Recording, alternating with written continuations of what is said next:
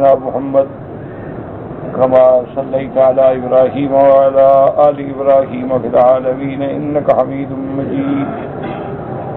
أعوذ بالله من الشيطان الرجيم. بسم الله الرحمن الرحيم. قال رب انصرني بما كذبون فأوحينا إليه أن اصنع الفلك بأعيننا ووحينا فإذا جاء أمرنا وفارت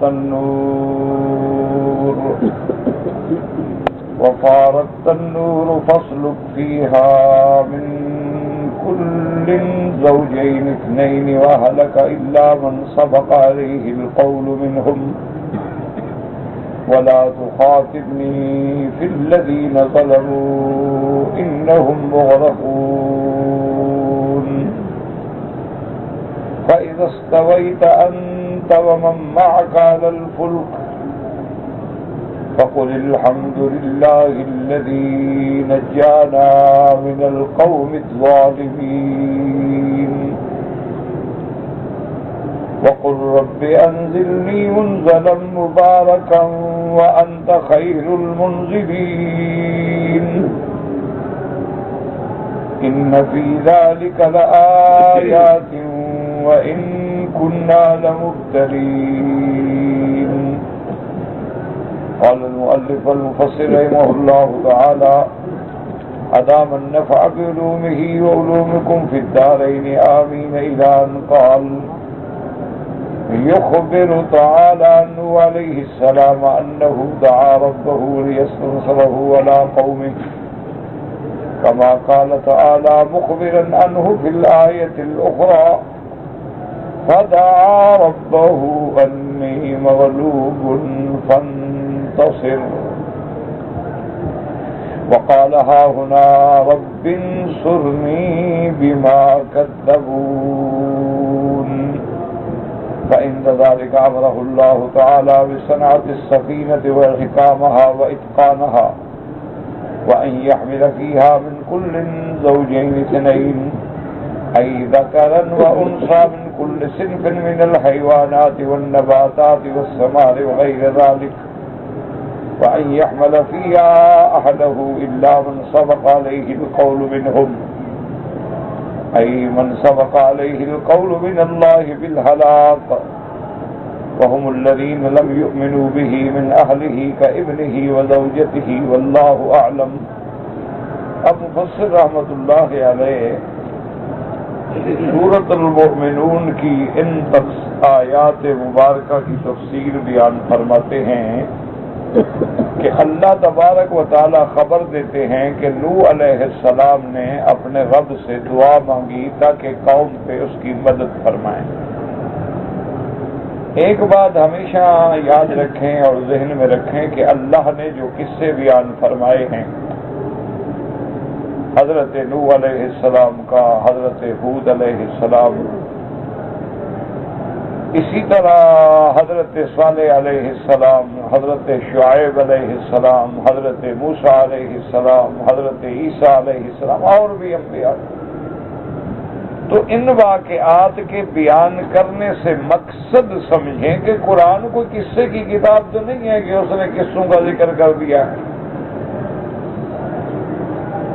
اللہ کا قرآن جو ہے وہ تو سراپا ہدایت ہے. اللہ نے واضح فرما دیا ہے کہ ذالک الکتاب لا ریب فیہ ھدی للمتقین. اسی طرح اللہ نے واضح فرما دیا ہے کہ قرآن کیا ہے؟ ھدی و رحمہ. اسی طرح اللہ نے فرما دیا ہے کہ قرآن کیا ہے؟ شفاء. وَنُنَزِّلُ مِنَ الْقُرْآنِ مَا هُوَ شِفَاءٌ وَرَحْمَةٌ لِّلْمُؤْمِنِينَ. اسی طرح اللہ نے فرمایا کہ قرآن جو ہے وہ موعظہ ہے، قرآن جو ہے وہ ذکر ہے. قرآن پاک میں جو واقعات ہیں ان واقعات کو پڑھ کے ہمیں ایک ایک لفظ سے عبرت، نصیحت اور ہدایت حاصل کرنی ہے. یہ نہیں کہ بس آپ نے قصہ پڑھا اور اس کے بعد قرآن شریف بند کر کے رکھ دیا، بس ہم نے قرآن پڑھ لیا ہے۔ اللہ تبارک و تعالی نے سیدنا نوح علیہ السلام کا واقعہ بیان کیا تو یہ بھی ساتھ بتلا دیا کہ نوح علیہ السلام نے اپنے رب سے دعا کی۔ تو ہمیں کیا سبق ملا کہ اگر کوئی مشکل ہے، تکلیف ہے، دشمنوں سے مقابلہ ہے، مالی پریشانیاں ہیں، جسم و جان کی پریشانیاں ہیں، دشمنوں کی پریشانیاں ہیں، تو ہم کس سے رجوع کریں؟ جس سے اللہ کے پیغمبروں نے رجوع کیا کہ کس سے دعا مانگیں اور کس سے مدد مانگیں۔ بس یہ سب سے پہلی بات کہ اللہ کے قرآن کے واقعات سے ہدایت پکڑو کہ بھی نوح علیہ السلام پیغمبر ہے، رسول ہے، لیکن جب مصیبت آتی ہے تو کس کو پکارتا ہے؟ نوح علیہ السلام سے پہلے پیغمبر گزر چکے ہیں، حضرت ادریس ہیں، حضرت شیس ہیں، حضرت آدم ہیں، 10 صدیاں گزر چکی ہیں، لیکن اللہ کا پیغمبر کسی پیغمبر کو نہیں پکارتا، نبی کو نہیں پکارتا، کسی نبی کا ذریعہ نہیں بناتا، سیدھی اللہ سے دعا کرتا ہے، رب انصرنی بما کذبون۔ تو ہمیں یہ ہدایت ملی کہ جب ہم قرآن پڑھیں گے کہ نوح علیہ السلام نے اللہ سے مانگا، ہر پیغمبر نے اللہ سے مانگا، میرے محبوب رحمت دو عالم نے بھی اللہ سے مانگا، ہر مشکل میں اللہ کو پکارا، اس کے بعد بھی کوئی کہے کہ ہمیں مسئلہ سمجھ نہیں آتا تو یہ تو پھر جھوٹی بات ہے۔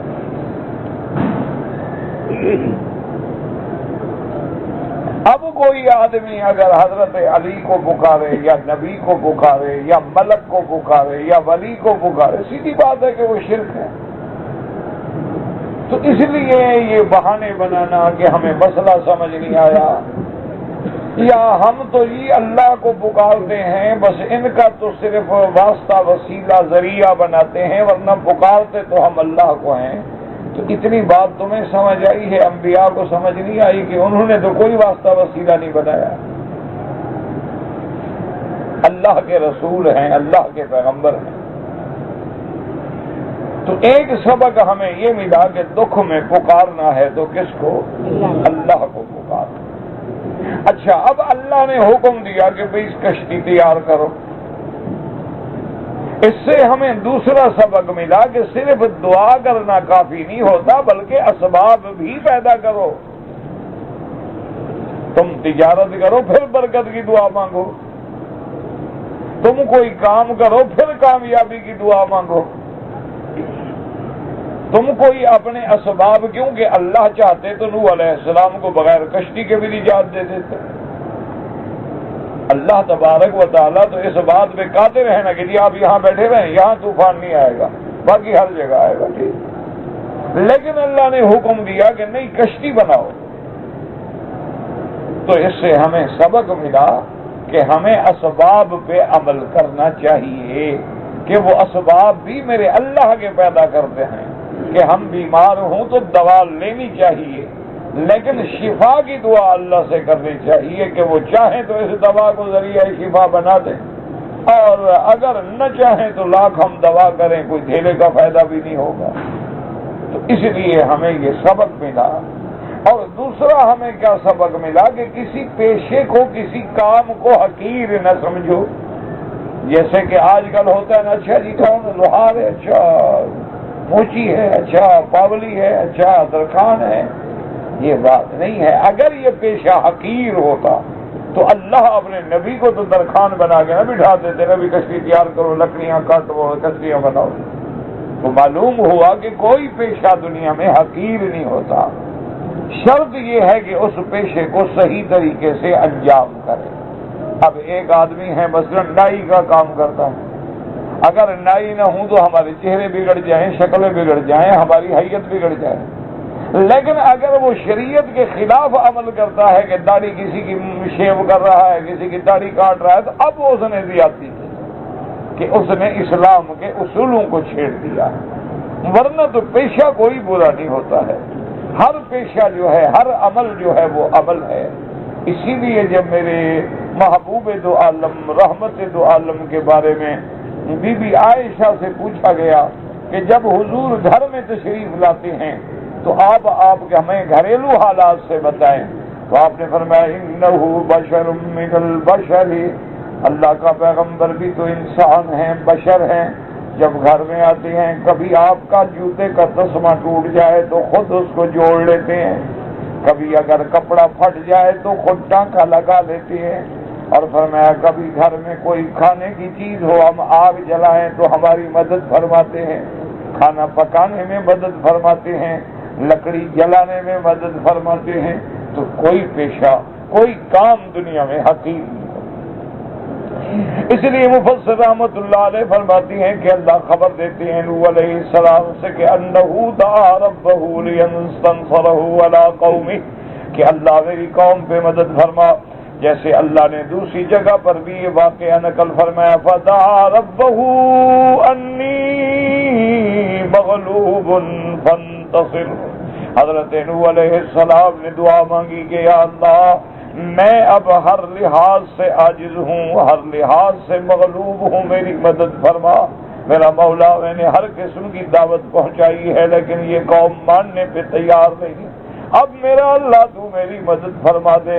اور یہ بھی یاد رکھو علماء نے لکھا ہے کہ جو دعائیں قرآن میں موجود ہیں یا جو دعائیں اللہ کے نبی کی زبان مبارک سے موجود ہیں اس سے زیادہ بہتر کوئی دنیا میں وظیفہ نہیں ہو سکتا۔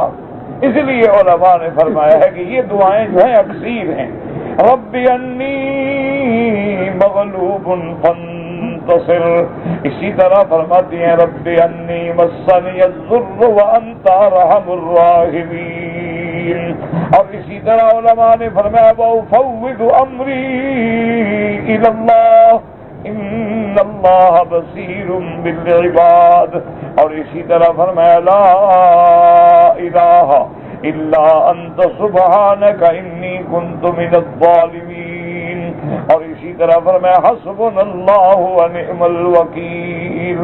حضرت شاہ ولی اللہ محدث دہلوی رحمت اللہ علیہ نے لکھا ہے کہ یہ اکثیر اعظم ہے، جو بندہ ان آیات سے ان کلمات سے دعا مانگے اور پھر اس کو اللہ سے منظوری کا یقین نہ ہو تو گویا وہ قرآن کا منکر ہے، کیونکہ اللہ نے ان آیات کے بعد کیا فرمایا حسبنا اللہ ونعم الوکیل۔ جب انہوں نے کہا صحابہ نے بھی کہا یوم احد والے دن تو نتیجہ کیا فانقلبوا بنعمت من اللہ وفضل لم یمسسهم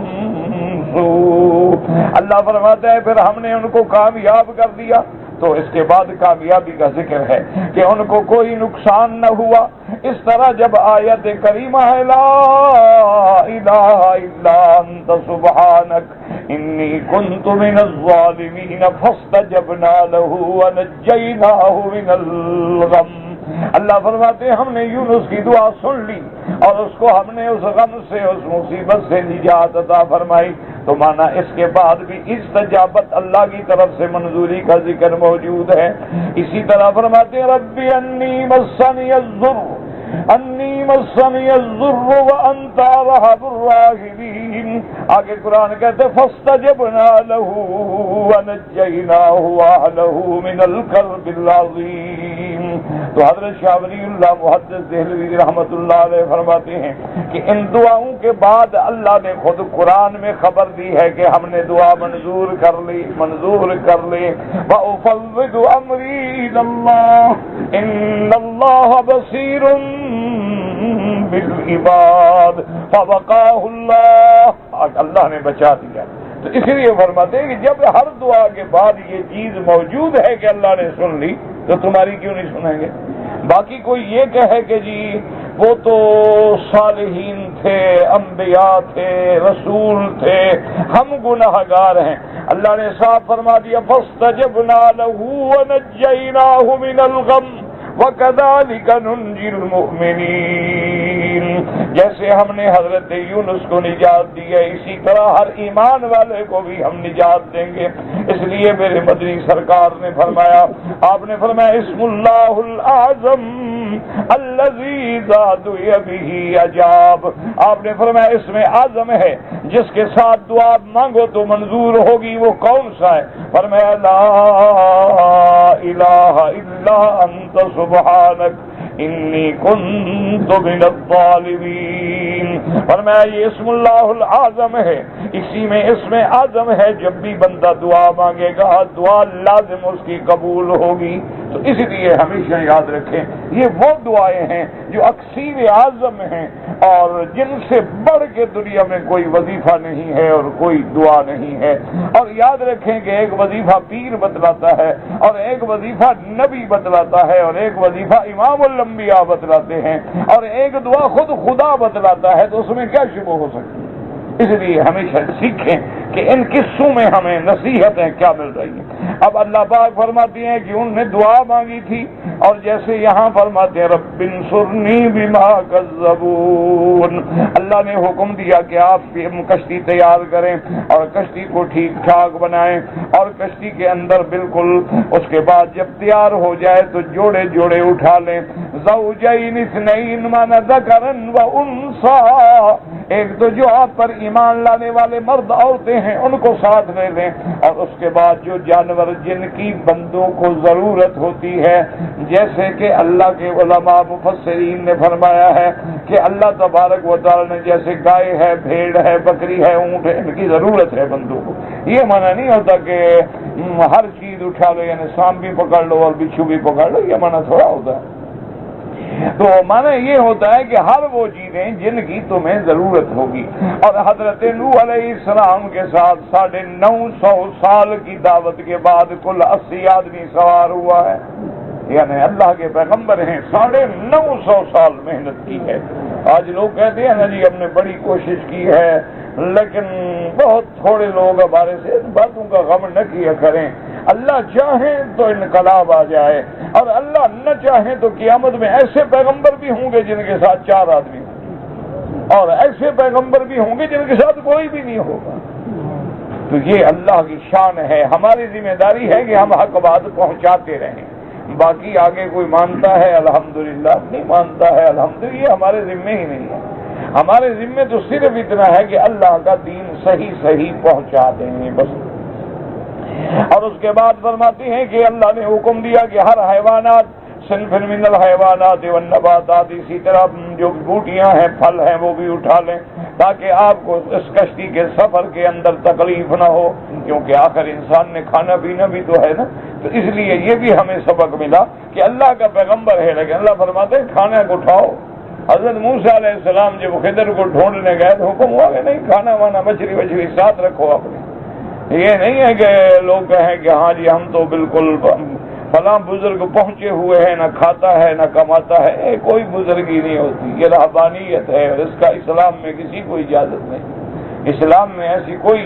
اسی لیے چند صحابہ نے مشورہ کیا، کہنے لگے کہ پہلے لوگ بڑے عابد تھے، ہم تو اتنی عمر بھی نہیں ہماری، تو ہم ایسا کرتے ہیں کہ بعد نے کہا کہ بھئی ہم تو کبھی زندگی میں شادی ہی نہیں کریں گے، نہ بیوی کا جھنجٹ ہوگا نہ بچوں کا جھنجٹ ہوگا، سارا وقت جو ہے ہم عبادت میں گزاریں گے۔ اور بعض لوگوں نے کہا کہ اچھا بھی ہم ایسا کرتے ہیں کہ آج کے بعد فیصلہ ہے کہ بس ہر دن روزہ رکھیں۔ بعض صاحب نے کہا چلو جی ہم فیصلہ کرتے ہیں کہ رات کو اب کبھی نہیں سونا ہے، ساری رات مصلے پہ گزار دیں۔ حضور صلی اللہ علیہ وسلم کو پتہ چلا، آپ نے صحابہ کو بلایا کہ میں نے سنا ہے کہ تم ایسا مشورہ کر رہے ہو، دن میں روزہ رکھیں گے، رات کو ساری رات جاگیں گے، شادی نہیں کریں گے، خصی ہو جائیں گے، یہ بات ہوئی؟ انہوں نے کہا یا رسول اللہ، پہلے لوگوں نے 1000 سال عبادت کی ہے، ہماری عمر تو 60-70 سال ہے، اس لیے ہم چاہتے ہیں کہ ہر لحظہ جو ہے وہ اللہ کی یاد میں گزرے۔ آپ ناراض ہو گئے، انہوں نے فرمایا ایکم مثلی، کون ہے تم میں سے جو میرے شان کا مقابلہ کرے؟ کیا تم نبی بن جاؤ گے؟ انہوں نے کہا حضرت نہیں، ہم آپ کا مقابلہ۔ تو فرمایا کہ انا اصوم و افطر، میں روزہ بھی رکھتا ہوں، افطار بھی کرتا ہوں، انام و اقوم، میں رات کو نیند بھی کرتا ہوں اور نماز بھی پڑھتا ہوں۔ آپ نے فرمایا اسی طرح میں شادی بھی کرتا ہوں، اپنے بیویوں کے حقوق بھی ادا کرتا ہوں۔ یہ شریعت ہے کہ ہر حق جو ہے حقدار کو پہنچاؤ. یہ شریعت تھوڑی ہے کہ تم اللہ کے حلال کو بھی چھوڑ دو، مباحات کو بھی چھوڑ دو. یہ کون سی شریعت؟ تو لہذا اسباب پر عمل کرنا بھی ضروری ہے. اب حضرت نوح علیہ السلام کو حکم ہو گیا کہ آپ کشتی بنائیں، اور ساتھ یہ بھی فرما دیا کہ اپنے اہل کو بھی سوار کر لیں. الا من سبق علیہ القول منہم، مگر وہ جن پر میرا فیصلہ ہو چکا ہے. اور اللہ کا فیصلہ کبھی بدلہ نہیں کرتا. اور وہ فیصلہ کیا ہے کہ ہم نے ان کو ہلاک کرنا ہے. اور کن کے بارے میں یہ فیصلہ ہے؟ وَهُمُ الَّذِينَ لَمْ يُؤْمِنُوا بِهِ، جو آپ پر ایمان نہیں لائے ان کی ہلاکت کا ہم نے فیصلہ کر دیا ہے. اور ایمان نہ لانے والوں میں آپ کا بیٹا بھی شامل ہے اور بیوی بھی شامل ہے. اب دیکھو، نبی کی بیوی ہے لیکن ایمان نہیں لیا، نبی کا بیٹا ہے لیکن ایمان نہیں لیا. دعا کرو اللہ ہماری بیویوں کو، بیٹیوں کو، بچوں کو ہدایت کر. یہ نہ سمجھنا مولوی ہیں، عالم ہیں، بزرگ ہیں، واعظ ہیں، ہم بڑے پہنچے ہوئے ہیں. اللہ نے نبیوں کی اولاد کو کافر بنا دیا تو ہم کیا کر سکتے؟ ہماری کیا طاقت؟ صرف ہمیں یہ حکم ہے کہ ہم دعائیں مانگتے رہیں کہ ربنا هب لنا من ازواجنا وذرياتنا قرة اعين واجعلنا للمتقين اماما. اور یاد رکھیں وجعلنا للمتقین، مانا یہ نہیں ہوتا کہ جتنے پرہیزگار ہیں انہیں ان کا ہمیں امام بنا دے، بلکہ مانا یہ ہوتا ہے ہماری اولاد کو متقی بنا دے تاکہ ہم ان کے بڑے بن سکیں. وجعلنا للمتقین یعنی من ذریتنا واہلنا وعیالنا، تاکہ ہم ان کے امام ہوں. ورنہ یہ تھوڑا کہ ساری دنیا کے متقی اکٹھے کرو اور ہمیں ان کا امام بنا دو، یہ مانا نہیں ہوتا. تو اس لیے ہمیشہ یاد رکھیں کہ اللہ کا پیغمبر ہے نوح علیہ السلام لیکن بیوی کافرہ ہے. اللہ کا پیغمبر ہے نبی نوح علیہ السلام رسول ہے لیکن بیٹا کافر ہے. تو معلوم ہوا کہ ہدایت کس کے ہاتھ میں ہے؟ بس یہ عقیدہ یاد رکھ لو کہ ہدایت دینے والا، توفیق ہدایت پیغمبر کے ذمہ ہدایت کرنا ہے، ہدایت دینا جو ہے وہ اللہ کے ہاتھ میں ہے. علماء کے ذمہ ہدایت کرنا ہے، ہدایت دینا، توفیق ہدایت، منزل مقصود پہ پہنچانا. اس لیے علماء اس کو سمجھانے کے لیے دو طریقے بیان کرتے ہیں. ایک فرماتے ہیں ہدایت کا معنی ہوتا ہے رستہ دکھلانا، جس کو کہا جاتا ہے محاورات لغہ میں اراءۃ الطریق. کسی نے پوچھا کہ بھائی باب السلام کدھر ہے؟ انہوں نے کہا ایسے سیدھے چل جاؤ آگے باب السلام. تو یہ بھی ہدایت ہے. اور ایک ہے کسی کو پکڑ کے منزل مقصود پہ پہنچا دینا. تو علماء نے لکھا کہ ہدایت کرنا انبیاء کا کام ہے، ہدایت کرنا علماء اولیاء کا کام ہے. اب منزل مقصود پہ پہنچانا، توفیق ہدایت دینا، یہ میرے اللہ کا کام ہے. چاہیں تو ہدایت کر دیں اور چاہیں تو ہدایت نہ. اب دیکھو نا جی، ساری زندگی ابو جہل لعنت اللہ علیہ نے میرے مدنی کو دیکھا ہے، پیدائش سے لے کر نبوت ملنے تک دیکھا. یعنی میرے مدنی کا ایک ایک لمحہ اس بدبخت کے سامنے ہے. حضور کا بچپن، حضور کا رضائی زمانہ، حضور کا دودھ پینا، حضور کا بچپنا، پھر جوان ہونا، آپ کی صداقت، امانت، دیانت، تجارت، پھر آپ کا بی بی خدیجہ سے نکاح ہونا، پھر حضور صلی اللہ علیہ وسلم کا حسن خلق، آپ کی صورت، آپ کی سیرت، آپ کا جمال، آپ کا کمال سارا سامنے ہے لیکن نہیں مانا. وجہ کیا ہے کہ اللہ نے ہدایت کا فیصلہ نہیں. اس طرح ایک بدو آتا ہے، سردار ہے قبیلے کا اور ابو جہل کا بھی دوست ہے. ابو جہل آیا، اس کو استقبال کیا، مہمان نوازی کی اور کہنے لگا دیکھو تم ہمارے دوست ہو، مکہ میں آپ جب تک ہیں ہمارے مہمان ہیں، آپ طواف کریں، عمرہ کریں، عبادت کریں، زمزم پئیں، جو چاہیں کریں، لیکن صرف ایک شخص ہے اس کے قریب نہ جانا، اس کا نام محمد ابن عبداللہ. اس نے کہا کیا بات کیا ہے؟ انہوں نے کہا بھائی بات یہ ہے کہ وہ کہتا ہے میں نبی ہوں، بس اس کے پاس نہ جانا. اس نے تو جناب ہماری ساری قوم میں جھگڑا پیدا کر دیا. نعوذ باللہ نبی جھگڑا کرنے والے.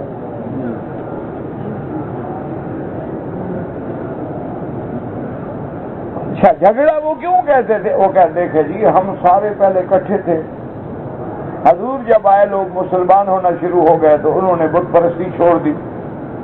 تو اب نتیجہ یہ ہے کہ خاوند مسلمان ہے، بیوی کافر ہے، بیوی مسلمان ہے، خاوند کافر ہے. جھگڑا سارا حضور نے پیدا کیا نا، نعوذ باللہ. ہم تو پہلے کفر پہ اکٹھے تھے. اللہ، یہی وہ بات ہے جو آج 1400 سال کے بعد بھی ہر باطل کی زبان پہ ہے کہ فساد کرنے والے کون ہیں؟ جو امن و اسلام کے علم بردار.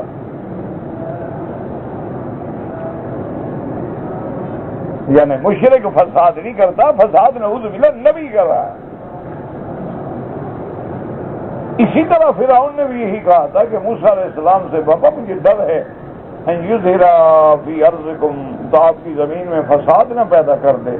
میں تو تمہیں اکٹھا رکھنے کے لیے، تمہاری یونٹی کے لیے پیغمبر کا مقابلہ کر رہا ہوں. تو اس نے کہا ٹھیک ہے، بات سن لی، لیکن خدا کی قدرت ہے کہ جس چیز سے آدمی کو منع کیا جائے نا تو طبیعت ادھر ضرور راغب ہوتی.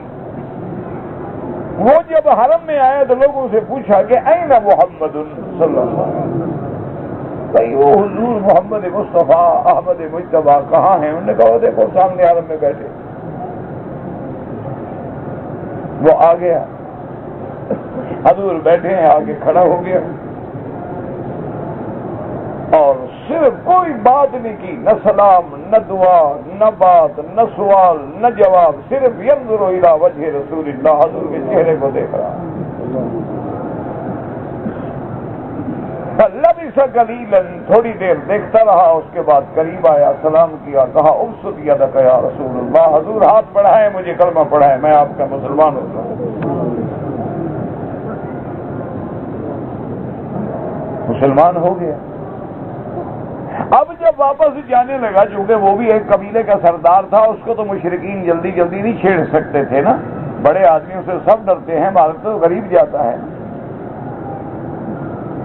تو ابو جہل اپنی برادری دو ساتھیوں کو لے کے آیا. انہوں نے کہا یار تم اتنے بڑے سمجھدار آدمی ہو، ہم نے سنا ایسے کھڑے رہے اور مسلمان ہو گئے، کیا نہ پوچھا، نہ اطمینان، نہ سوال، نہ جواب، نہ تسلی، نہ مناظرہ، نہ مکالمہ، نہ مجادلہ، یہ کیا بات ہے؟ اور میں نے کہا ابو جہل بات سنو، میں نے جب حضور کا چہرہ دیکھا ہے نا، میرے دل میں یہ بات بیٹھ گئی کہ واللہ لیس ھذا وجہ کذاب، کسی جھوٹے کا چہرہ نہیں ہو سکتا.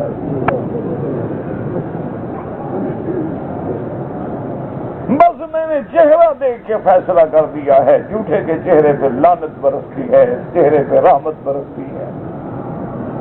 جھوٹوں کے چہروں پہ ملال ہوتا ہے، یہاں جمال اور کمال برستا ہے. میں کیسے یقین نہ کر لیتا؟ جاؤ جو مرضی ہے کر لو، مجھے چھیڑو تو یاد رکھنا میرا بھی قبیلہ ہے. تو اب اللہ نے ہدایت کی، جس نے 5 منٹ چہرہ دیکھا اس نے کلمہ پڑھ لیا، جس نے 40 سال دیکھا ہے اس کو نصیب نہیں ہوا. اسی لیے حضور نے ان کو کہا لبثت فیکم عمرا من قبلی، بدبختو میری زندگی تمہارے سامنے گزری ہے. لیکن اللہ نے فیصلہ نہیں کیا. اس لیے دعا کیا کرو اللہ ہماری ہدایت کے فیصلے کرو، اللہ ہماری اولادوں کے نسلوں کی نسلوں کے ہمارے ہر کلمے پڑھنے والے بھائی کے سب کی ہدایت کا فیصلہ فرما. جب اللہ ہدایت دینے پہ آتے ہیں نا، پھر کسی تقریر کی بھی ضرورت نہیں پڑتی، پھر کسی صحبت کی بھی ضرورت نہیں پڑتی. بس جب راضی ہو جاتا ہے نا، بس دلوں میں خود نور آ جاتا ہے. اسی لیے اللہ قرآن میں خود کہتے ہیں وَمَن يُرِدِ اللَّهُ أَن يَهْدِيَهُ يَشْرَحْ صَدْرَهُ لِلْإِسْلَامِ وَهُوَ عَلَى نُورٍ مِّن رَّبِّهِ، فرمایا جس کی ہدایت کا ہم ارادہ کر دیں اس کے سینے کو کھول دیتے ہیں، وہ اللہ کے نور کی روشنی میں آ جاتا ہے، اس کی ہدایت کے فیصلے ہو جاتے ہیں. اب دیکھیں پیغمبر ہے، بیوی ہے، ساری زندگی بیوی رہی لیکن مسلمان نہیں ہوئی، بیٹا ہے لیکن کلمہ نہیں پڑھا. اور اس کے بعد جناب فرماتے ہیں مفسر رحمۃ اللہ علیہ، اللہ تبارک و تعالیٰ نے آپ کو یہ حکم دیا اور فرمایا وَلَا تُخَاطِبْنِي فِي الَّذِينَ ظَلَمُوا إِنَّهُمْ مُغْرَقُونَ عند معاينة إنزال المطر العظيم لا تأخذنك رأفة بقومك وشفقة عليهم وطمعا في تأخيرهم لعلهم يؤمنون فإني قد قضيت أنهم مغرقون على ما هم عليه من الكفر والطغيان۔ اللہ نے فرمایا کہ میرے نبی حضرت نوح اب ان ظالموں کے بارے میں سفارش نہ کرنا مجھ سے کہ جب ان پہ تم عذاب برستا دیکھو تو تمہارے دل میں شفقت آ جائے، رحمت آ جائے کہ ہائے میری قوم مر گئی، ہائے ڈوب گئے، تو اب مجھ سے درخواست کرو، ظالموں کے بارے میں درخواست نہ کرنا۔ یاد رکھو اللہ کبھی کافر کہتے ہیں کبھی ظالم کہتے ہیں، کیونکہ ظلم کا معنی یہ ہوتا ہے وضع الشیء فی غیر محلہ، کسی چیز کو اس کے مقام کے بغیر رکھنا جو ہے وہ ظلم ہے۔ اللہ نے یہ زمین اپنے دروازے پہ جھکانے کے لیے دی تھی، جب بتوں کے آگے جھکے، قبروں کے آگے جھکے، درختوں کے آگے جھکے تو یہ ظلم ہے۔ اسی لیے حضرت لقمان نے اپنے بیٹے سے فرمایا تھا یا بنی لا تشرک باللہ ان الشرک لظلم عظیم، سب سے بڑا ظلم جو ہے وہ شرک ہے۔ اسی طرح قرآن کہتا ہے فرماتے ہیں وَمَن يُرِدْ فِيهِ بِإِلْحَادٍ بِظُلْمٍ نُذِقْهُ مِنْ عَذَابٍ عَلِيمٍ۔ اللہ پاک فرماتے ہیں کا کفر کا شرک کا ارادہ بھی کرے، سوچے بھی ہم اس کو پکڑ لیتے ہیں۔ اس لیے فرماتے ہیں کہ اللہ نے حکم دے دیا کہ جب ان پہ بارش آئے پھر آپ کے دل میں ہمدردی نہ پیدا ہو جائے اور آپ یہ امید نہ کریں کہ اللہ عذاب مؤخر کر دے، شاید یہ ایمان لے آئیں۔ فَإِنِّي قَدْ قَضَيْتُ أَنَّهُمْ مُغْرَقُونَ، میں فیصلہ کر چکا ہوں کہ انہوں نے غرق ہونا ہے، اور اللہ کا فیصلہ کبھی بدلہ نہیں کرتا۔ لَا مُبَدِّلَ لِكَلِمَاتِ اللَّهِ، اللہ تبارک و تعالیٰ کے فیصلے کبھی تبدیل نہیں ہوتے ہیں۔ اور اس کے بعد وجہ کیا ہے؟ جو کہ کفر پہ ہیں، سرکشی پہ ہیں، اب ان کے غرق ہونے کا ہم نے فیصلہ کر دیا ہے۔ اب مفسر فرماتے ہیں وقت تقدمت القصۃ مبسوطۃ فی سورۃ ہود بما یغنی عن اعادۃ ذلک ہا ہونا۔ اب مفسر فرماتے ہیں کہ حضرت نوح علیہ السلام کا قصہ سورۃ ہود میں بڑی تفصیل سے گزر چکا ہے، لہذا دوبارہ تفصیل بیان کرنے کی ضرورت نہیں ہے۔ اب فرماتے ہیں اللہ نے حکم دیا اذا استویت انت ومن معک علی الفلک، جب آپ اور آپ کے ساتھی کشتی میں بیٹھ جائیں تو کیا کہیں؟ الحمدللہ الذی نجانا من القوم الظالمین۔ اور دوسری جگہ فرماتی ہیں اللہ پاک نے فرمایا نوح علیہ السلام سے کہ جب کشتی میں بیٹھ جاؤ تو کیا کہو؟ قال اركبوا فیہا بسم اللہ مجریہا ومرساہا ان ربی لغفور الرحیم۔ اسی لیے حضرت ابن عباس فرماتے تھے کہ حضور کی حدیث ہے ہاتان آیتان امانان لامتی، یہ دو آیتیں جو ہیں میری امت کے لیے امان ہیں، جو ان کو پڑھ لے گا اللہ اس کو ہر قسم کی ہلاکت سے بچا لیں گے۔ ایک آیت ہے وما قدر اللہ حق قدرہ والارض جميعا قبضته يوم القيامة والسماوات مطويات بيمينه سبحانه وتعالى عما يشركون۔ اور دوسری آیت قال اركبوا فيها بسم الله مجريها ومرساها ان ربي لغفور رحيم۔ اور اس کے بعد جب سواری پہ بیٹھیں تو کہیں الحمدللہ الذی سخر لنا هذا وما كنا له مقرنين وانا الى ربنا لمنقلبون۔ ایک قول یہ بھی آتا ہے حضرت ابن عباس سے فرمایا جو یہ آیتیں اور یہ دعا پڑھ کے سواری پہ بیٹھے، جہاز پہ بیٹھے، کار میں بیٹھے، گاڑی میں بیٹھے، اونٹ پہ بیٹھے، فرمایا 7 دفعہ یہ پڑھ لے، اگر اس کا حادثہ ہو جائے وہ مر جائے تو قیامت میں فرمایا دیت میں ادا کروں گا۔ اور یہ مجرب ہے ماشاءاللہ، میں نے تو جتنے لوگوں کو بتایا نا الحمدللہ اللہ نے ان کی بڑی حفاظت فرمائی۔ اللہ تبارک و تعالی، اور کیسی حفاظت نہ ہو، قرآن ہے یا فرمان محمد مصطفیٰ صلی اللہ علیہ وعلی آلہ وصحابہ وسلم۔ ہمارے اپنے دوستوں میں ایک ساتھی تھا ہمارا، اب بھی ہے، تو اس بیچارے کا خدا کی شان ہے، جب بھی گاڑی بھی ایکسیڈنٹ، جب بھی غریب گاڑی چلاتا ایکسیڈنٹ ہو جائے۔ اچھا، بہترین ڈرائیور، یہ بھی نہیں کہ کوئی اناڑی ہو ڈرائیور، اچھا سب کو، لیکن ایکسیڈنٹ ضرور۔ اس کو میں نے پھر یہ دونوں آیتیں اور دعا لکھ کے دی۔ الحمدللہ جس دن سے اس نے پڑھنی شروع کی اللہ کی حفاظت سے آج تک پھر گاڑی کو کبھی خراش بھی نہیں آئی۔ یہ اللہ کی شان ہے۔ اسی طرح ایک دفعہ کچھ طالب العلم آئے تو استاد نے ان کو بھی یہی آیتیں اور یہی دعا سکھلائی۔ انہوں نے کہا ہم سفر پہ جا رہے ہیں، فرمایا یہ پڑھ لیا کرو۔ تو وہ گاڑی میں سوار ہوئے۔ خدا کی شان یہ ہے جناب کہ گاڑی 140 میل پہ جا رہی ہے اور ٹائی راڈ نکل گیا، اور ڈرائیور جانتے ہیں کہ جب ٹائی راڈ نکل جائے تو پھر کیا کرے آدمی، بیکار ہو گیا رتن، کیا کرو۔ اللہ کی شان دیکھیں کہ جناب اس نے، ڈرائیور نے بھی کہہ دیا ابھی ٹائی راڈ نے کام چھوڑ دیا، اب اس کلمہ شریف پڑھ لو، کیونکہ ہائی وے پہ جا رہے ہیں، کوئی گاڑی آ سکتی ہے، ٹکر ہو جائے گی۔ اللہ کی شان دیکھیں کہ گاڑی بڑے آرام سے اتری، اور ایسی جگہ اتری کہ آگے ریت کا ٹیلا تھا، یوں سیدھی اس پہ چڑھ کے کھڑی، یعنی سواریوں کو دھکا بھی نہیں لگا۔ تو وہ حیران ہو گیا، بدو تھا ڈرائیور، اس نے کہا بھائی بات یہ ہے کہ تم سارے گاڑیوں والے ہو، کچھ پڑھا ہے تم نے؟ یہ تو اللہ نے ہمیں بچایا ہے، یہ تو بچنے کا کوئی مقام ہی نہیں تھا۔ انہوں نے کہا ہاں ہم نے یہ دعائیں پڑھی۔ تو اللہ تبارک و تعالیٰ کی شان ہے کہ جب آدمی ایسی چیزیں پڑھ لیتا ہے نا پھر اللہ حفاظت ہے۔ ہاں ایک بات یاد رکھو، جب تقدیر فیصلہ کر لے نا پڑھنا ہی بھول جاتا ہے۔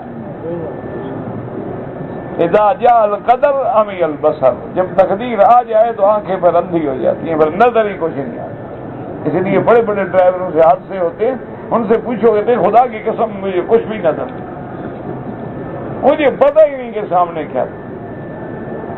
تو تقدیر ہے نا، ورنہ جو دعائیں حضور پاک نے بتلائی ہیں نا، یاد رکھو یہ سفر میں پڑھا کرو۔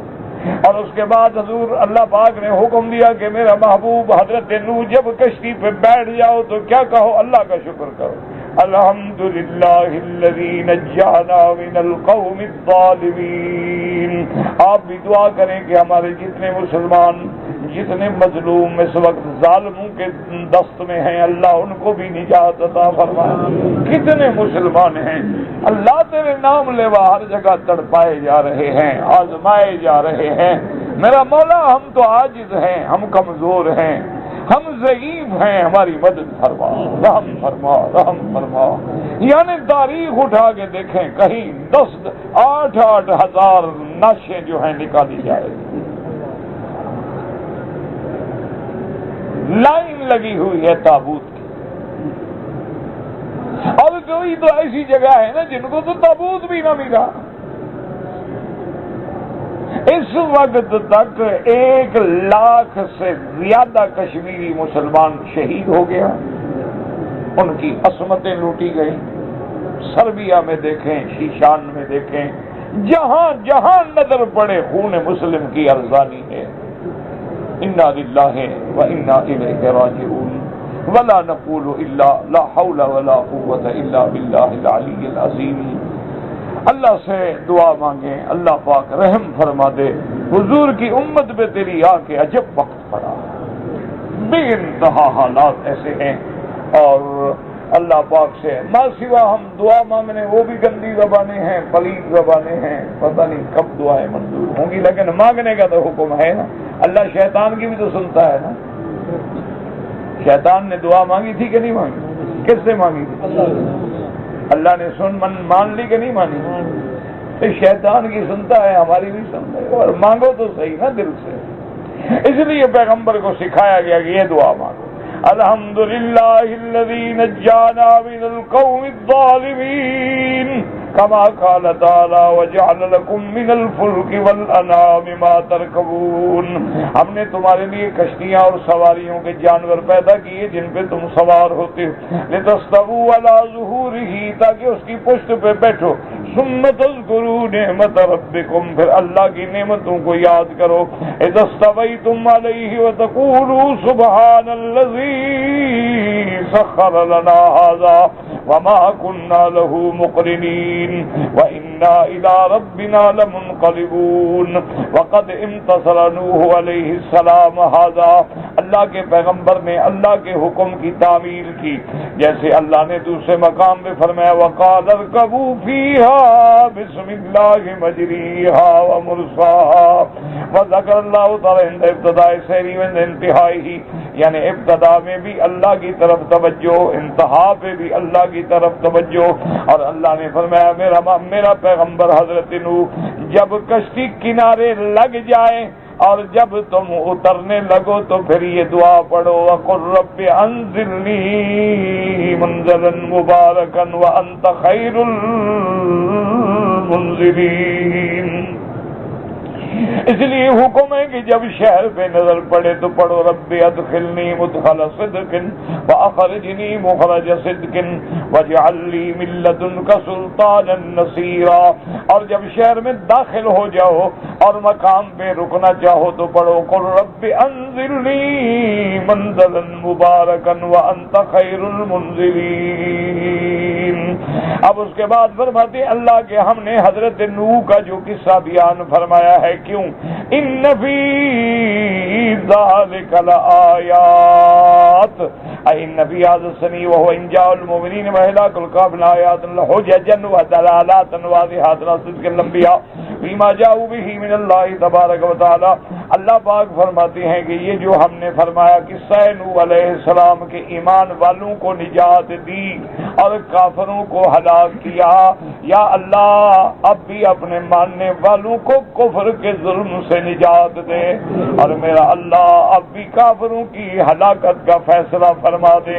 فرمایا حججا دلالات واضحات، اس میں بڑی کھری کھری نشانیاں ہیں، علی صدق الانبیاء کے انبیاء سچے ہیں، فیما جاؤ به من اللہ تعالی، انبیاء کی دعوت سچی ہے، انبیاء کی کتابیں سچی ہیں، اور اس کے بعد فرمایا وانہ تعالی، اور اس میں یہ بھی سبق ملا کہ اللہ کی ذات جو ہے فاعل لما یشاء قادر علی کل شیء علیم بکل شیء، کہ وہ جو چاہیں کر دیں، ہر چیز پہ قدرت رکھنے والے، ہر چیز کو جاننے والے، وہ چاہیں تو پیغمبر کے ساتھیوں کو نجات دے دیں لیکن بیٹے کو ہلاک کر دیں، وہ چاہیں تو لوگوں کی بیٹیوں کو بچا دیں لیکن پیغمبر کی بیوی کو ہلاک کر دیں، یہ اللہ کی شان ہے۔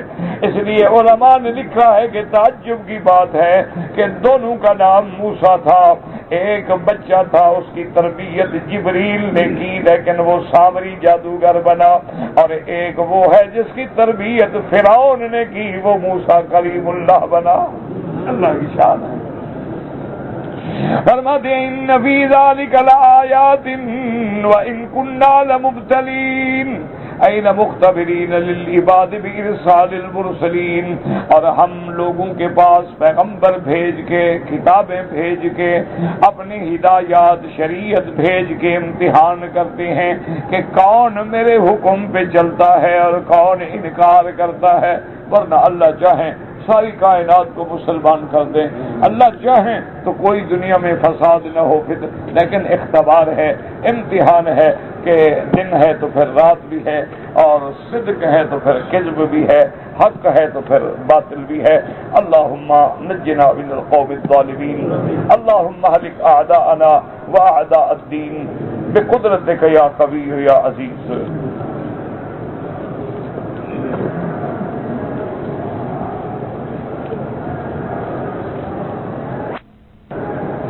کہتا جی کہ میں ایک کمپنی میں ملازم ہوں،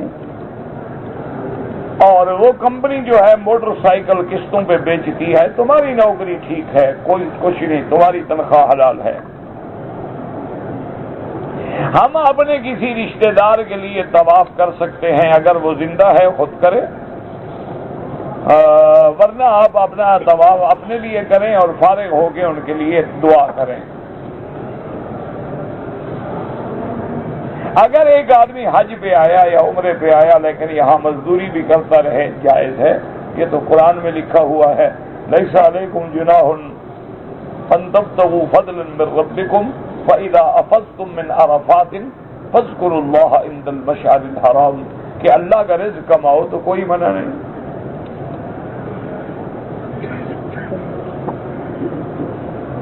کہتے جی کہ دعا کریں اللہ میری بیٹی کو بچہ دے، اللہ ہر مسلمان صاحب اولاد جو ہے ان کی اولادوں کو صالح بنائے اور قرۃ عین بنائے اور ان کی ہر شرور سے حفاظت فرمائے، اور جن کی اولادیں نہیں اللہ ان کو اولاد نرینہ اور اولاد صالح عطا فرمائے۔ بہرحال قرآن میں جو دعائیں ہیں نا وہ پڑھا کرو، رب ہب لی من لدنک ذریۃ طیبہ انک سمیع الدعاء، رب ہب لی من لدنک ذریۃ طیبہ انک سمیع الدعاء۔ اسی طرح رب لا تذرنی فردا وانت خیر الوارثین۔ جتنی قرآن میں دعائیں ہیں نا اس سے بڑا اکثیر وظیفہ دنیا میں ناممکن ہے، شرط یہ ہے کہ یقین کرو ایسے ہاتھوں پہ سرسوں جمتا ہے۔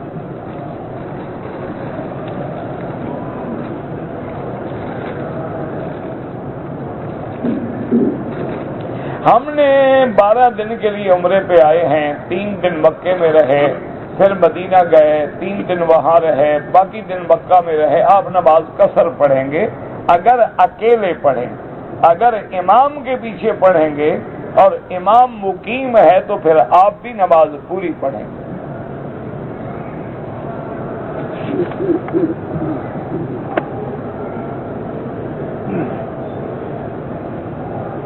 مستورات ہو یا مرد ہوں، سفر میں نماز قصر ہے۔ کیا معنی؟ ظہر کی 4 رکعتوں میں 2 پڑھیں گے، عشاء کی 4 رکعتوں میں 2 پڑھیں گے۔ سنت نفل جو ہے وہ معاف ہے، لیکن کوئی پڑھنا چاہے تو اللہ ثواب دیں گے، کوئی منع نہیں۔ ہاں البتہ احناف کے نزدیک، امام ابو حنیفہ رحمۃ اللہ علیہ کے نزدیک مسافر ہو وتر ضرور پڑھنا ہوگا، کیونکہ ان کے نزدیک وتر واجب ہے۔ باقی ائمہ کے نزدیک وتر جو ہے سنت ہے، لہذا سفر میں نہ پڑھے تو گناہگار نہیں ہوگا، لیکن امام صاحب فرماتے ہیں کہ وتر ہر حال میں پڑھے۔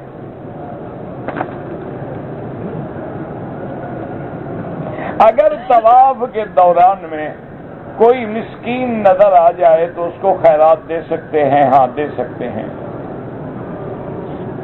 جتنے دن ہم مکے میں رہیں عمرہ کرنا ضروری ہے؟ بالکل ضروری نہیں، عمرہ تو نفلی عبادت ہے، اور اصل عمرہ تو ہوتا ہی وہ ہے جب آپ اپنے ملک سے آتے ہوئے کرتے ہیں۔ مکے میں جتنے دن اللہ نصیب کرے سب سے زیادہ طواف کریں، یعنی یہ بالاتفاق ائمہ اربعہ کا مسئلہ ہے کہ جتنا ٹائم تم عمرے میں لگاؤ گے اتنے دیر اگر طواف میں لگاؤ تو اس کا زیادہ ثواب ہے۔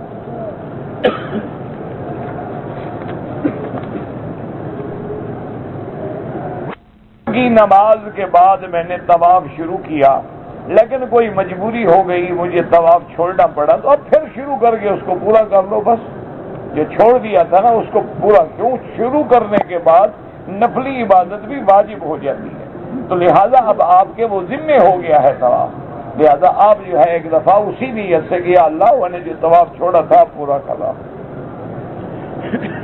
ہم جدہ میں کمپنی میں کام کرتے ہیں، اس کمپنی نے ہمیں کافی مدت کے لیے مکہ بھیجا ہے۔ مکے میں رہتے ہوئے عمرہ کریں تو اپنے گھر سے احرام باندھیں نہیں، مکے میں رہنے سے عمرہ کریں تو لازماً حد حرم کے باہر جانا ہوگا، چاہے مسجد عائشہ جائیں، چاہے جیرانہ جائیں، عرفات جائیں، کہیں بھی جائیں، لیکن لازم ہے کہ ہل جائیں۔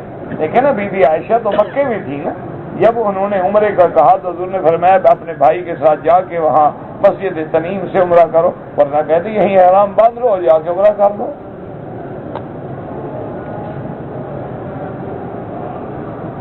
کہتے جی کسی کو پیر پکڑنا، بیعت کرنا جائز ہے؟ بالکل جائز ہے، صرف شرط یہ ہے کہ یہ دیکھ لیا کریں کہ وہ صحیح معنی میں بزرگ ہیں، سنت کے مطابق ان کی زندگی ہے، ان کا عمل جو ہے قرآن و سنت کے مطابق ہے، عقیدہ صحیح ہے اور ہماری وہ رشد و ہدایت کا ذریعہ بنیں گے، بالکل جائز ہے۔ جمعہ کے دن جب امام خطبے میں دعا کرتے ہیں تو ہمیں ہاتھ اٹھا کے دعا کرنا چاہیے؟ بالکل نہیں، نہ ہاتھ اٹھائیں نہ زبان سے آمین کہیں، بلکہ دل میں آمین کہتے رہیں، کیونکہ خطبے کے اندر بولنا منع ہے، تبلیغ منع ہے، کسی دوسرے کو برائی سے روکنا منع ہے۔ یہ ہاتھ اٹھانا اور آمین اور شور کرنا، یہ تو بالکل خلاف سنت ہے۔ اگر آدمی نے وضو کرنے کے بعد تولیے سے اپنا ہاتھ پاؤں خشک کر لے، کوئی بات نہیں، کچھ بھی نہیں ہوتا۔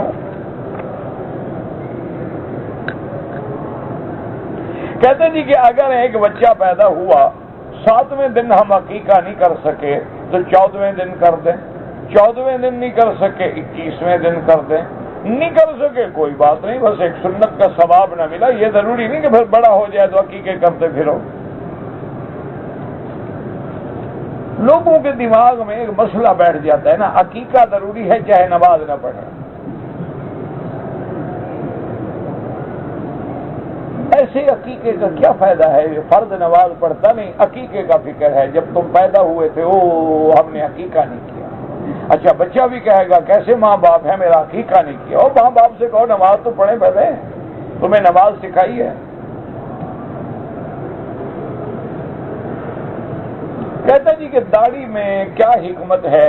داڑھی مرد کی زینت ہے، اس لیے علماء عرب کا قول ہے کہ زینت الجبال اللحا وزینت الرجال اللحا وزینت النساء الحیا، کہ پہاڑوں کی زینت سبزہ ہوتا ہے، مرد کی زینت داڑھی ہوتی ہے اور عورت کی زینت حیا ہوتی ہے۔ جس کی داڑھی نہ ہو وہ بھی مرد ہوتا ہے نا؟ عورتوں کی داڑھی ہوتی ہے آپ کے ملک میں؟ ہاں جی ہوتی ہے؟ نہیں ہوتی؟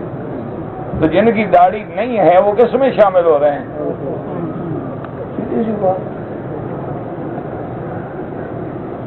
اور ایک بات یاد رکھو کہ اگر داڑھی جمال نہ ہوتا تو میرے محمد مدنی کو خدا داڑھی نہ دیتے۔ حضور سے زیادہ خوبصورت ہے کوئی دنیا میں؟ حضرت یوسف سے ان کی داڑھی ٹھیک ہے نہیں؟ تو تم منڈا کے خوبصورت تھوڑے بنتے ہو، تم تو بلا وجہ خام خواہ اپنے آپ کو کافروں کی نسل میں شمار کراتے ہو بلا وجہ، اور چہرہ بگڑ جاتا ہے، خوبصورت نہیں لگتا ہے آدمی داڑھی منڈا کے، خنسا مشکل لگتا ہے۔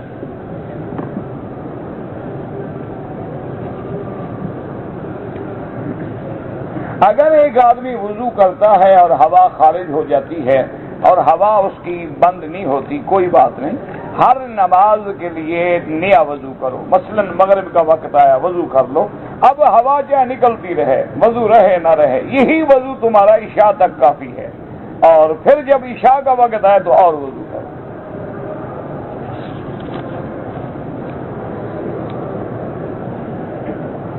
ایک عورت کا کوئی محرم نہیں ہے، وہ حج پہ آنا چاہتی ہے تو اللہ نے اس پہ فرض ہی نہیں کیا، جب تک محرم نہ ہو اس کو آنے کی ضرورت ہی نہیں۔ ہاں اگر کوئی عورت بوڑھی ہے، یعنی اب اس کی خواہش نکاح ختم ہو گئی ہے اور وہ چند عورتوں کے گروپ میں آ جائے تو وہ آ سکتی ہے، لیکن نوجوان لڑکی بغیر محرم کے نہیں سفر کر سکتی۔ اگر ایک آدمی مکے میں ملازمت کرتا ہے اور مدینے منورہ جاتا ہے، ملازمت کرے، مکے میں رہنے والا ہو، جب مدینے جا رہا ہے واپسی میں عمرہ کرے۔ مرد سے کے لیے کتنی چاندی کی گنجائش ہے؟ بس ایک انگوٹھی 2-3 ماسے۔ اگر ایک آدمی ٹیلی ویژن دیکھ رہا ہے اور اس کی کسی گندی عورت پہ چینل پہ نظر پڑ گئی، وضو ٹوٹ جاتا ہے۔ یہ تمہاری مضبوطی پہ ہے، کمزور ہے تو ٹوٹ جاتا ہے، اگر پکے ہو تو نہیں ٹوٹتا۔ اور اب تو تم عادی ہو چکے ہو، تمہارا تو کچھ بھی نہیں ٹوٹتا، روز دیکھ دیکھ کے آدمی ڈھیٹ ہو جاتا ہے نا۔ دیکھو انشاءاللہ قبر میں پتہ لگے گا، یہاں مزے کرو، فکر نہ کرو، جب منہ پہ مٹی آئے گی نا اور فرشتے آئیں گے پھر پتہ لگے گا، وہاں سارا ٹیلی ویژن دکھا دیں گے۔ اقرا کتابک کفا بنفسک اليوم علیک حسیبا، اللہ فرمائیں گے اب اس کی گردن سے وہ رول نکال کے کھولو، دکھاؤ اس نے کیا کیا عمل کیے ہیں۔ اگر نماز میں سورت فاتحہ 2 مرتبہ پڑھ جائے کوئی حرج نہیں، نماز ہو جاتی ہے۔ اگر آدمی کی لڑکی جوان ہے وہ حج کرے، بالکل جائز ہے۔ یہ تو جاہلوں کا مسئلہ ہے جی، گھر میں لڑکی جوان ہے، فرض نماز پڑھتا نہیں، گھر میں لڑکی جوان کا بڑا فکر ہے بیچارے، تو کیا میں حج کر سکتا ہوں؟ بابا حج الگ فرض ہے، بچیوں کا رشتہ کرنا الگ حکم ہے۔ خدا نہ خواستہ 4 سال 10 سال 5 سال کو رشتہ نہ ملے، کیا کرو گے؟ حج چھوڑ دو۔ کہتے جی کہ فقہ حنفی میں کوئی کتاب، ایک کتاب ہو تو بتائے نا جی، وہ تو سینکڑوں کتابیں ہیں، لیکن بہرحال چھوٹی کتابوں میں منیت المصلی ہے، قدوری ہے، اسی طرح پھر بڑی کتابوں میں ہدایہ اولین و اخیرین ہے، اس سے بڑا فتح القدیر ہے، اس سے مسند امام ابو حنیفہ ہے، کئی کتابیں ہیں، جو کسی دکاندار سے جا کے لے لو۔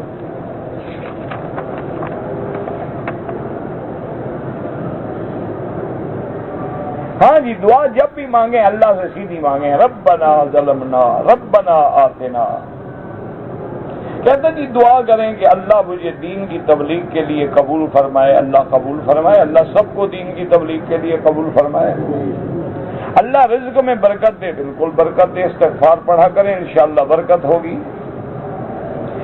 مسجد عائشہ سے اگر کسی مرد نے عمرہ کیا وہ بھی جائز ہے۔ میں پاکستان سے آیا ہوں، لیکن میں نے احرام جدے سے باندھا ہے، عمرہ کیا۔ ایک تو آپ میقات کے عمرے سے بھی محروم ہو گئے، اور ایک بکری دم بھی پڑ گئی کہ آپ میقات سے بغیر احرام کے نکل آئے۔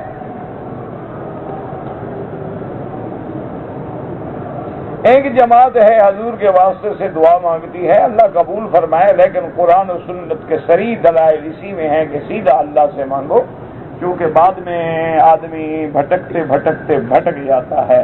اس لیے علماء فرماتے ہیں کہ جو لوگ اس معنی کو سمجھتے ہیں کہ مستقل بالذات کیا ہے، غیر مستقل بالذات کیا ہے، تو ان کا معنی الگ ہوتا ہے، ورنہ عام دعا جو صحیح ہے وہ سیدھی اللہ سے مانگو۔ جادو کے ذریعے سے گھر میں سے کوئی قیمتی چیزیں غائب ہو سکتی ہیں، بہرحال گھر کا فکر کرو، کوئی گھر کا بندہ چرا رہا ہے اور تمہیں جادو کے چکر میں ڈالا ہوا ہے، کوئی جادو سے غائب نہیں ہو سکتا۔ کہو بھی تھی جادوگر سے کہ یہودیوں کو غائب کر دے۔ جادو کے اثرات ہوتے ہیں بندے پہ، بندہ پریشان رہتا ہے، میاں بیوی کا تعلق خراب ہو جاتا ہے، یفرقون بین المرء وزوجہ، اسی طرح آدمی پہ حزن اور ملال اور بیماری اور بندش ایسے چکر چل جاتے ہیں، لیکن آدمی غائب ہو جائے آج تک ایسا جادو تو ہم نے نہیں سنا ہے۔ یہ تو معلوم یہی ہوتا ہے کہ گھر کا کوئی بندہ چیزیں اٹھا رہا ہے اور تمہیں جادو کے چکر میں ڈال دیا ہے۔ بعد اشراق کے بعد نیت کیسے کریں؟ یہی نیت ہے کہ 2 رکعت اشراق پڑھ رہا ہوں، اور کیا نیت کیسے کریں؟ کہتے جی کہ ہمارے انڈو پاک میں اکثر لوگ جو ہیں وہ خط لکھنے سے پہلے 786 کا عدد لکھتے ہیں، یہ خلاف سنت ہے، حضور نے کبھی عدد نہیں لکھا ہے۔ تم اپنے نام کا بھی پھر عدد لکھا کرو، کبھی 420، کبھی 840، کبھی 950، صرف آیت قرآن ملی ہے عدد نکالنے کے لیے۔ کوئی انسان وصیت کرے کہ میرے مرنے کے بعد میرا عضو کسی کو دے دیا جائے، یہ مسئلہ ابھی زیر بحث ہے، علماء اس پہ بحث کر رہے ہیں کہ کیا یہ اعضاء ہمارے پاس اللہ کی امانت ہیں یا ہمارا ملک ہے۔ تو بعض علماء فرماتے ہیں کہ اعضاء امانت ہیں اللہ کی، جب اللہ کی امانت ہے تو ہم کون ہیں خیانت کرنے والے۔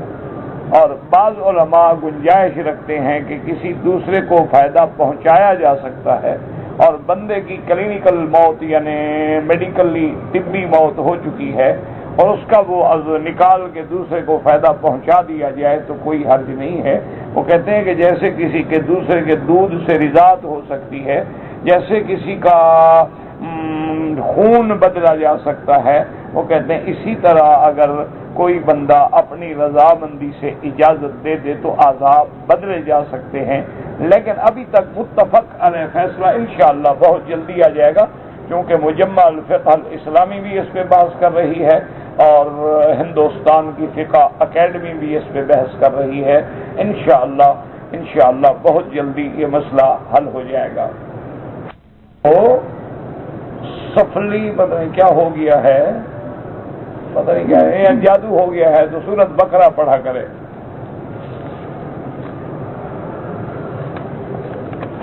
طوفان کے بعد کچھ نہیں بچا تو دیگر موذی جانور، بھائی کیا پتا آپ کو کہ طوفان کتنے علاقے میں آیا؟ پہلے یہ تو محدود کرو نا. اور اگر آیا ہے تو اس کے بعد اللہ قادر ہیں. جو بعض علماء فرماتے ہیں کہ آپ نے ہر قسم کی نسل، چاہے وہ موذی تھی یا غیر موذی، اس کو اٹھا کے کشتی میں رکھا تھا. اسی لیے ایک حدیث میں بھی آتا ہے نا کہ اگر گھر میں دیکھو کہ جن ہے، اپنا شیطان کوئی سانپ ہے، تو اس کو کہو کہ بے عہد نوح و سلیمان علیہ السلام، کہ ہم تمہیں حضرت نوح کے عہد اور حضرت سلیمان کا عہد یاد دلاتے ہیں کہ ہمارے گھر سے نکل جاؤ. اس کو 3 دفعہ کہو اور نکل جائے تو مانے وہ جن تھا، اور اگر نہ نکلے تو پھر تم مار سکتے ہو. تو اس لیے بعض علماء فرماتے ہیں کہ حضرت نوح نے ہر چیز لی تھی، یعنی شیر بھی، بگیاڑ بھی اور سانپ بھی، اور ان سے عہد لے لیا تھا کہ کشتی والوں کو نہیں چھیڑو گے، ان کو نقصان نہیں پہنچاؤ گے. تو اسی لیے عہد نوح اور عہد سلیمان کا ذکر حدیثوں میں بھی موجود ہے کہ سانپ کو مار دو، ہر موذی چیز کو مار دو. اور خاص طور پہ فرمایا کہ وہ سانپ ذی فیتین، جس کے اوپر 2 سیاہ پٹے ہوتے ہیں، فرمایا یہ بڑا خبیث ناگ ہوتا ہے، اس کو مار دو. اسی طرح ایک سانپ ہوتا ہے جس کو ابتر کہتے ہیں. ابتر مانا دم کٹا، یعنی پیچھے اس کا ایسے ہوتا ہے جیسے دم کٹی ہوئی ہو. تو یہ بھی بڑا خطرناک ناگ ہے، سانپ ہے. اسی طرح ایک سانپ ہوتا ہے، اس کو مبصور کہتے ہیں، کہ وہ صرف دیکھ لینا تو بندہ اندھا ہو جاتا ہے، اگر اس کی نظر میں لا لیں تو بندہ اندھا ہو جاتا ہے. اچھا، بعض سانپ ایسے بھی ہیں کہ اگر پھونک مار دیں تو بندہ مر جاتا ہے. بعض سانپ ایسے بھی ہیں کہ جن کے لکیر کے اوپر گزر جاؤ تو آدمی مر جاتا ہے. تو اس لیے حکم ہے. لیکن وہاں ہے کہ گھر میں سانپ دیکھو اور بریک ہو، سبز ہو، سفید ہو، تو اس کو عہد نوح اور عہد سلیمان کا حوالہ دے کے نصیحت کرو کہ بھائی ہمارے گھر سے نکل جاؤ، نہ تم ہمیں تکلیف دو نہ ہم تمہیں تکلیف دیں. اگر وہ نکل جائے 3 دفعہ کہنے سے ٹھیک ہے، ورنہ پھر مار دو. تو معلوم ہوتا ہے کہ نوح نے بھی عہد لیا. اس کا مطلب ہے کہ آپ کے ساتھ یہ ساری چیزیں موجود تھیں. پانی کرو یا اونٹ کی کرو، 7 حصے ہیں، جس کا نام رکھو. جو فوت ہو گئے جن کے لیے چاہو کرو، یہ تو صدقہ ہے، خیرات ہے. نفع عدین کرنا بھی حدیث میں ہے اور نہ کرنا بھی. حضرت عبداللہ ابن مسعود کی حدیث ہے، حدیث ہے، حدیث ہے، حدیث ہے، حدیث ہے، حدیث ہے، حدیث ہے.